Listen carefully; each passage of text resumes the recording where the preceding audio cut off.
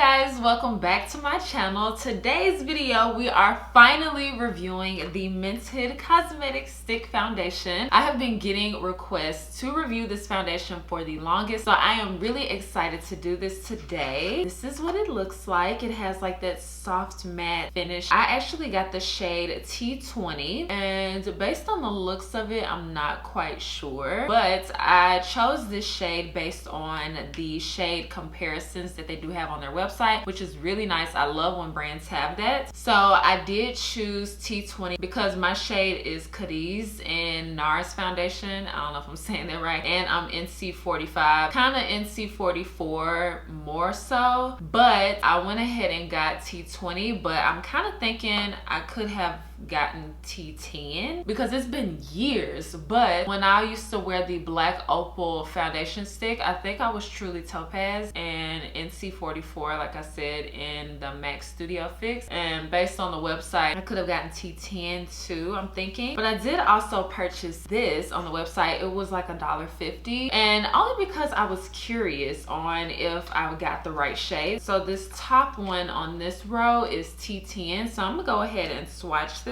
and see if I should have gotten T10. Oh yeah, that looks pretty perfect. Man, like it basically blends into the skin. Like that is crazy. And that's T10. I'm wondering, should I just use this sample all over my face?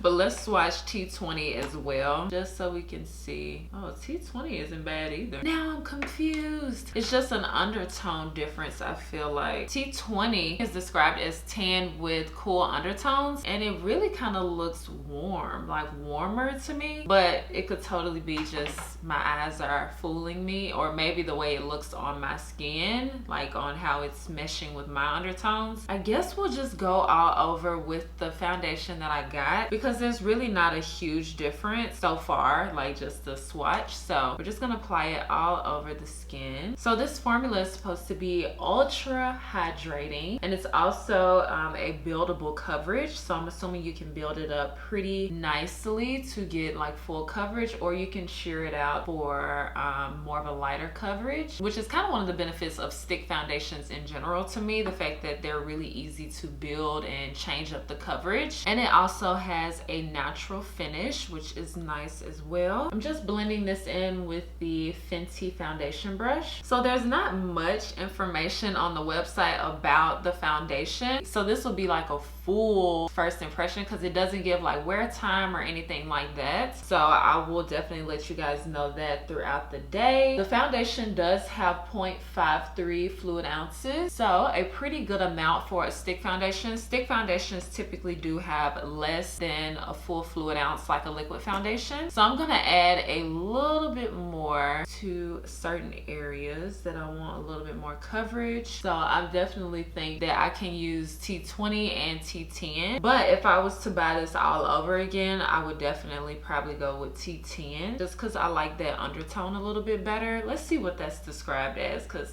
I actually don't even know. Okay, it's light tan with neutral undertones. Yeah, this sounds better. So far, I love the way that it looks on the skin. It looks super natural. It doesn't look like I'm wearing like a full coverage foundation, yet I've covered everything that I want covered, which is so nice. It honestly looks like I have nothing on my skin, but it definitely evened out my skin, which is what I wanted. So for concealer, I'm going to use the Oh My Beauty Woke Concealer in the shade Bronze Venus T3, and just blend that in. And then I'm just setting the concealer with the Laura Mercier Translucent Honey Powder. Okay, so far it looks super good. I'm gonna finish the rest of my makeup and I'll be right back with you guys. So I just finished my makeup, and it's actually like a little bit longer than me just applying the foundation because obvious reasons. I did film this look. I don't know whether or not it's gonna be posted on my Instagram, but if it is, I'll leave the link in the description box because it's kinda out of my comfort zone, like the lip, but I don't know.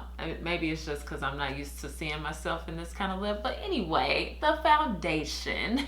So far it looks so good. I haven't said much, so my smile lines aren't doing anything crazy, but I think my skin looks so smooth. The only thing is that the undertone is a little bit off, but you can't tell on camera, and I'm sure you can't really tell if you're just looking at me. I definitely can see the fact that the undertone is a little bit off. But yeah, so if we're similar shades, like if we're shade twins, then I would probably go with T10 as opposed to T20. But T20 is fine as well. It's just a little bit off for me and my undertone. But I also want to say that NC45 isn't exact to me either, so I probably just messed up the picking on me picking this shade, because I'm more so NC44. I like the way that that looks on me a little bit better. But anyway, I ultimately think the foundation looks so good right now, so we will wear it throughout the day. I applied the foundation at 12:15, but it's actually 1:36, but we'll go with 12:15 for like the check-ins and everything. So this has already been like an hour and 15 minutes of wear, which is kind of cool for you guys to see how that looks. Yeah, just keep on watching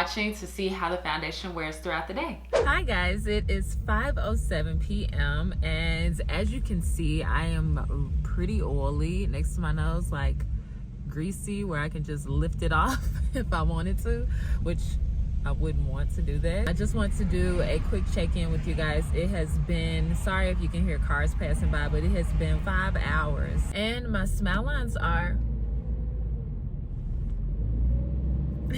my smile lines are kind of creased, like they're creased and kind of separating as well. I'm just looking in my mirror up here, so I'm pretty oily and creased, but I feel like a lot of this wear happened in the last 2 hours, so I feel like 3 hours in it looked really nice, and then kind of at that point it started to kind of go downhill. But that's kind of the thing with stick foundations for the most part, so I mean, it is what it is if you ask me.